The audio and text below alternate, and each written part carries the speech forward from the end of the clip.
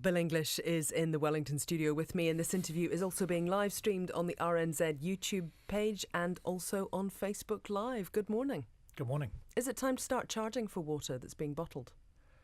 Well, you have to answer an awful lot of difficult questions before you can get to that stage. Look, I can understand people's concerns, and there's been a lot of work done over recent years where on all aspects of our fresh water, and we focused on the top priority, which has been lifting the quality of it, getting a measurement system, making sure New Zealand can say it's got pure water, it's great for our environment, important for our economy, particularly in the regions. But the business of how you actually overturn a century or so or more of the law that no one owns the water and no one actually pays for the water. They might pay for the use of it or the facilities or the infrastructure. There's a lot of questions there would have to be answered. Yep, but you're the Prime Minister and it's a hard job, and so is it your job to actually tackle some of those questions? Why wouldn't you charge for it? Well, in the first place, you have to decide on pretty critical issues like who owns it. And our common law has always been no one owns the water. That's been pretty critical, actually, to New Zealanders' perception of how they can use it, access it, and so on. And then the tricky bit of who pays for what.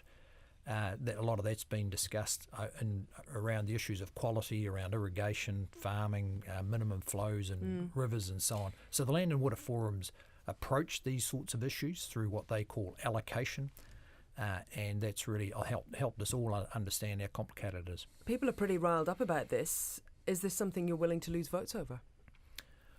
Well, look, it's not a matter of votes, it's a matter of doing the right thing for our precious resource.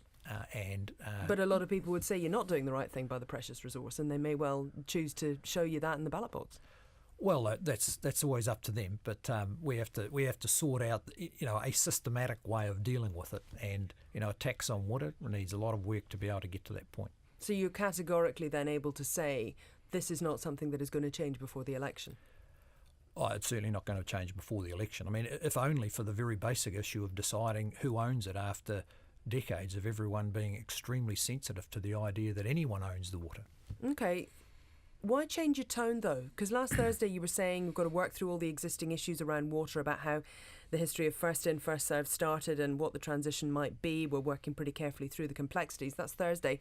Saturday, the government has the opportunity to change who pays for what with respect to water, and you were acknowledging that it was a sensitive issue. You seem to be shifting around there and then coming back to where you started. Well, you can change it when you answer all the questions. All I'm saying is that the Land and Water Forum work, which has been a very broad base of people, iwi, recreational groups, green groups, farmers, who've published a couple of documents. As I said, they take a bit of a look at these issues, and it's helped us understand there's many questions to answer, including the ones that Minister Smith just raised. Are you personally in favour of water, New Zealand water, being bottled and being exported? Well, it's not a matter of being personally in favour. It's Well, yeah, but I'm asking you, are you? Well, it's legally possible. A few companies do it on a relatively small scale. As I said, the top issue for us has been, the high priority has been the quality of all our water, which has a much wider impact on our community than a few bottling firms. Isn't it pretty rich, though, to allow the export of bottled water at virtually no cost for that resource, when some parts of New Zealand, like in Havelock North, they haven't had a secure water system out the taps? Well, I don't think the two issues are connected at all. I mean, in Havelock North, they have every right to have a secure and safe water system, and there's an extensive inquiry going into why it turned out that wasn't the case. What about in tankers? Because we do hear about some of these factories not actually bottling the water at source. It's going out in tankers. You're perfectly happy with that scenario? Well, look, as I said, it's legally possible. They're doing it where there's a renewable resource. It's on a very small scale, and we've had a higher priority, which has been the quality of water for all our communities, and 6 or 7 years hard work to get that in place. That has raised all these other issues around allocation, who owns it, who should pay what for what, in what circumstances. And I can tell you from grappling with these issues that you've got to be quite careful to understand what you're doing. You need to be very careful about the wide range of our community interests, because you could start charging one lot and then another industry says, well, what about them? And how to get fairness, but also to be very careful about changing long-standing law. We are just running out of time ahead of the headlines this morning, but if I could just ask you something else about Apple and their tax bill. Is it right that Apple has paid no local tax in the last 10 years? Well, it would be wrong if they haven't obeyed our law. But what's the figure? Have they contributed or not? Well, we're not allowed to get advice about individual taxpayers, so I can't tell you. The individual taxpayers' affairs are confidential.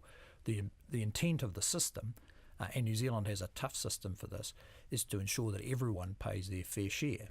And it's vital for those who feel like they do pay their fair share that they see everyone else doing it.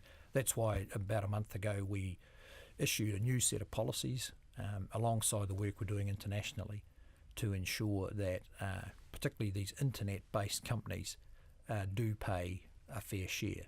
Now, and most people who looked at that, the experts tell us it's among one of the tougher regimes, so we get the chance to consult on it and implement it and see what effect that has. Thank you very much for your time this morning. Bill English, the Prime Minister, in the Wellington studio.